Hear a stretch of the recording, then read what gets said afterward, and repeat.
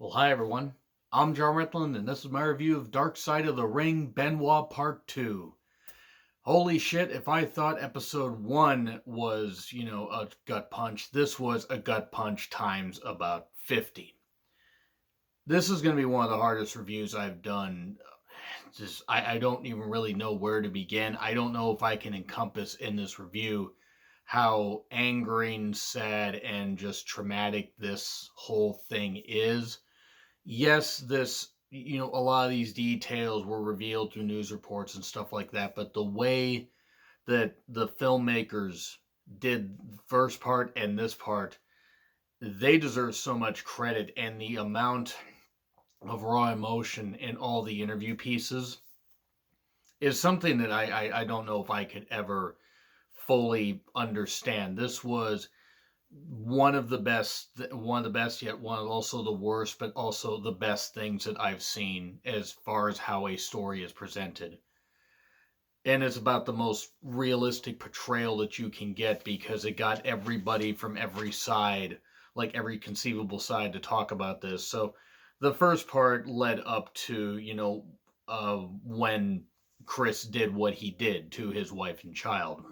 Um, and we get recaps of the sadness in episode 1 and the stuff, and how Eddie's death really affected Chris. And then we go to news clips about the death and what happened, and it's ruled, oh, everybody's found, they find everybody in the house. We even get an interview with Larry, or interview pieces with Larry Alden. He was a sheriff detective who found, who went to do the wellness check on the Benoit household. And that goes south because a neighbor goes there. She gets the German Shepherds, I believe, were in the yard, and she gets them kind of, away, and goes in the house and says, he's dead, Daniel's dead.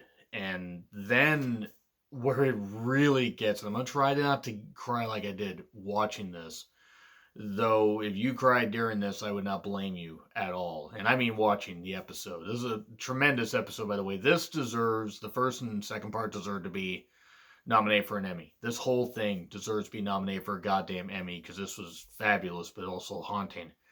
We see police photos of the Benoit household and all this stuff and everything. And we obviously don't see all the police photos, but we see a lot of just these still photos and all this stuff. And we see like a knife planted underneath Daniel's bed, and we see all this stuff, and just all we hear about how this happened, and it's just a goddamn, it's a just a constant gut punch. And knowing a guy that a lot of people admired in the ring, I don't know too many people that didn't appreciate Benoit's work, and I'm referring to his work, to see what he did, what the person did, and to see these photos, that's one of the most haunting things about it. That's stuff that will probably stick with me. I think it'll stick with just about anybody that watches this. Um, Jericho then tells a story because he did the narration for this, and he found out, he got a call while he was out with his son. I can't remember if he said he was at the gym or he's somewhere, but he found out Benoit was dead while his son was with him, and he was like bawling. Understandable, given how much they meant to each other. We then get footage of the Benoit Memorial episode on Raw 24 hours after the Vengeance pay-per-view happened.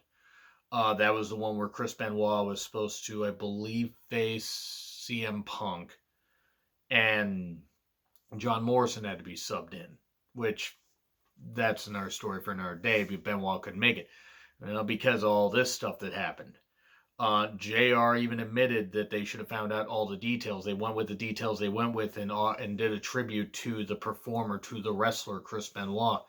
We see all these little clips like Chavo, Austin, CM Punk, so many others praising the work of Chris. And then this is before they found out all this stuff happened. And you got Jericho talking about it, and JR even admitted that the company did wrong. They should have found out more. But then they show clips of William Regal talking about, the performer Chris Benoit. But apparently Regal lived in the same city and knew about the fights that were going on between Chris and Nancy, uh, which was telling. And Regal's a very honest man and has been through a lot himself. And he was not interviewed here, but that's what Jericho said. And Jericho's worded his bond. He has no reason to lie about this here. And then we get to pieces with Sandra and David. So Nancy's sister and David Benoit, in case you're unclear. They were wrecks. Understandable. Sandra lost her sister and knew about abuse that had happened with Chris. And then knew that there was a child that was also, no longer there, a child she had grown close to. David, being pretty much left on an island by himself. I mean, yes, he had his mother, but he'd lost his father. He'd lost, he lost a baby brother. That kind of stuff. Just that kind of stuff right there. Losing family that you're close to has got to just be absolutely gut wrenching. I mean, it's something that I hope that only so many of us can imagine. And then we get we get that we get talk from Matthew Radonzo 5, I believe that's what it is, or V. I'm not actually sure what the whole thing is. I kind of blanked out on some of this stuff, so I'm sorry if I get some of the names wrong. But he was the author of Ring of Hell, the story of Chris Benoit and the fall of the professional wrestling industry. I'm going to say right now that it's amazing that wrestling even survived in any incarnation at all after this. I was 26 when this stuff happened. It literally cut through the wrestling industry like a goddamn knife, especially the American wrestling industry. But Benoit also was a big name in Japan. It cut through a lot. It cut through a lot of people. It cut through the industry. And it should have, because it highlighted a lot of things that I'll get into here in a little bit in the review. Here's the stuff that really just got me angry. Here's the shit that really got me angry. Brain damage or not. Apparently, according to reports, police reports and, stuff about the bodies, Chris restrained Nancy with duct tape and choked her with a phone cord and placed a Bible next to her. And there were beer and wine containers, empty. Obviously, Chris had been drinking quite a bit. And then the next day, while Nancy's body was still there, he gave Daniel Xanax and smothered him. And then he apparently put a Bible next to him as well. He put phone calls to WWE talents about how they had stomach aches and he would have to take them to the hospital. Couldn't make the shows. Internet searches about the prophet Elijah and the reincarnation of a dead child or dead boy. And then the quickest way to break one's own neck, which is what he did. He broke Nancy's back with his knee. Also, when he was trying to kill her. That stuff. It's still apparently considered going to the wrestling show. So he really wasn't in his right head. He really fucking wasn't. We had clips of Vince's words. I believe it was right before before ECW went live, or the taped ECW, but how that he was erased from memory. That other than his words, he would not be talked about. JR apparently went to Daniel and Nancy's funeral. He was the only WWE employee there. Sandra didn't want him there. Nobody from WWE apparently contacted Sandra to offer their condolences. They were sworn to secrecy, to basically not say anything. Any employees of WWE, Vince wanted to erase it because, while I am not saying that Vince put the drugs and stuff in Chris's hands, I'm not saying that at all. Vince also tends to deflect a lot of goddamn blame, and Vince is to blame for a lot of this shit happening. Not recognizing when his talents need some time off, not recognizing when his talents have some issues, and yes, they have the wellness policy, which is kind of bullshit, and I'm actually going to go into here a little bit, and this is where I'm going to get a little bit angry. Chris's funeral was very private. Only Jericho and Chavo apparently reached out to David. Maybe Jericho reached out to Sandra. I don't know. I'm not totally sure about that, and you know what?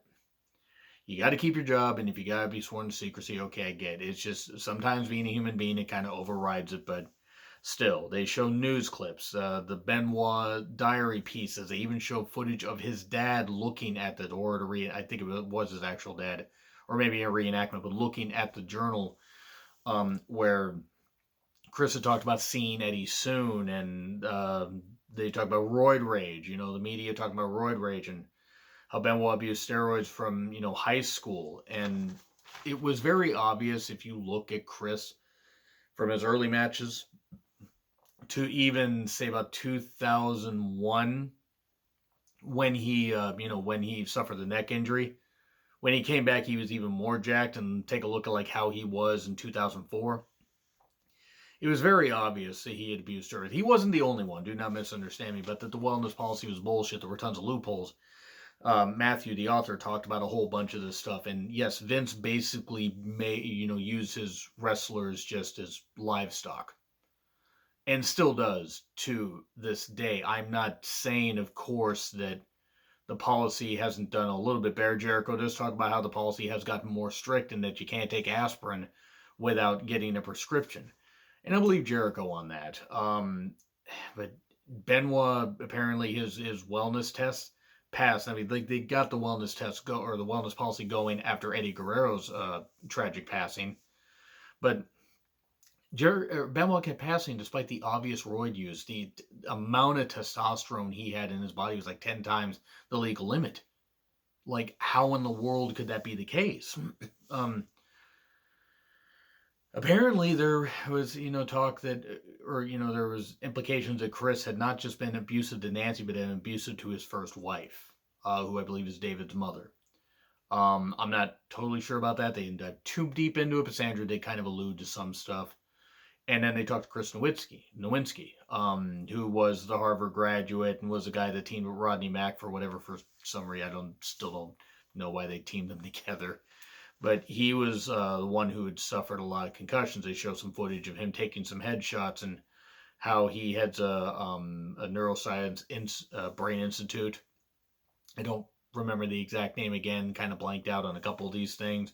He talks CTE, talked about stuff, brain injuries and stuff like that, and brain injuries in the NFL, and how CTE, some CTE cases had driven some players to suicide, some to, just act out, some that heard voices because the brain gets warped by all these constant, this constant head trauma. he talked to Chris about concussions. Benoit, that is. And Nowinski had said, he'd suffered maybe 60 he was aware of in his 3-year career. He's only in there for like about 3-4 years. And Benoit lost track. He doesn't even know how many he suffered. God knows how many he suffered. But apparently, according to like when the brain scans were revealed, because the brain was donated to science, he had extensive tau protein. His brain was rotted. His brain was essentially rotted. I believe people described it as an 85-year-old Alzheimer's patient. How he was able to function at all, function in the ring in any way, shape, or form. How he was able to function, period, is a miracle, because apparently this had been rampant for a while. Then they talked chair shots to the head and the diving headbutt. Harley Race started it. Harley Race popularized it, but even said, don't do this. And Dynamite Kid did it. And then look where it ended up with him. He ended up in a wheelchair. But before that, being very abusive towards his girlfriend at the time. And then Benoit doing the diving headbutt. Just that move in particular needs to be banned from wrestling. And I hope it is. Yes, wrestling is not safe necessarily. You can be as safe as you want, but it is a contact, line of sports and entertainment. But the diving headbutt, it just, seeing the footage of that, it just traumatizing. He also wasn't the same after Eddie, as I think anybody could tell. You kind of even tell in 2006, because after, I think it was sometime around May of 2006, he had left. I think. I think he was like off for a little bit, and then he came back, and he was U.S. champion. I think something like that. I might be confusing my timelines, but I remember he was up for a little bit in 2006, due to like stuff or something like that. I think he had injuries, or they gave him a little bit of time off, but it wasn't enough. He really shouldn't have wrestled after Eddie passed. They talked. Jericho even said, he what he did is he fucking snapped. Benoit fucking snapped and killed his family. They talked legacies of Eddie and Benoit. How if Benoit had known that his legacy is going to be erased the instant he died, it would have broke his heart. but that what he did to Nancy, Daniel, and then himself, but especially Nancy and Daniel, basically almost killed what he loved, almost killed pro wrestling. Should Benoit be in the Hall of Fame? I'm going to say this very, very quickly, and I'm going to finish up this review here. Chris Benoit should not be in the fucking Hall of Fame, ever. I don't care how good he was in the ring, how great he was in the ring, because he was. He gave a lot of great performances, and there are a lot of matches that he put in WCW, in WWE, and even some in New Japan. Some that he put in the Super J Cup in the early 90s, the early to mid 90s. That's stuff that sticks out in my mind. Those were great matches. But no, because of what he did, he should not be in the Hall of Fame. I get what people are saying as far as the performer. You have to separate the performer and the man. Yes, there are plenty of pieces of shit in the Hall of Fame that have done things, and they maybe shouldn't be in the Hall of Fame because of that. But Chris Benoit should not be, not at all. David talks about what he endured, and I feel bad for David the most because he was an innocent bystander, still is. He wants to get into wrestling. He wants to do this stuff. I don't know how it's going to go with him wanting to carry on the Benoit name in wrestling, but all the best to him. He talks about his father still being his hero. Should Nancy Benoit be in the Hall of Fame? To an extent, yes, but you can't put her in without addressing what happened and how she passed away tragically, how she was murdered. So it's a double-edged sword. Chris shouldn't be in the Hall of Fame, but if you try to put Nancy in, you're going to have to bring Chris. You're going to have to do this. It's not going to happen. But Nancy did do a lot of good in wrestling. There's no denying that. She did have a short career in wrestling. I really only think it was 10 years. I think she started in 87, 88. So, no, she didn't have a long career, but she did have a pretty good career. But then, Sandra talked about Daniel and Nancy. She couldn't keep in contact with the rest of the family. She was told that they didn't want to have anything to do with her, and they were told that she didn't want to have anything to do with them. So basically everybody lied because everybody was hurt. Understandably. But, to cut people off like that and everything that didn't have anything to do with it is pretty ridiculous. David talks about taking a trip, to Mania 23. That was the last Mania that Chris was part of. And then to Atlanta with Nancy and Daniel and start to break down. And Chavo even comes in and says, let out, it's all right. And Sandra even hugs him. Jericho got Sandra and David back in contact, which speaks highly of Chris Jericho. I've given Jericho's character work some shit, in some stuff that he's done. But that speaks highly of him. You can tell how much Chris Benoit meant to him, and that he knew that David and Sandra being able to reunite and talk things out, maybe he could help them grieve. And Sandra talks about forgiveness.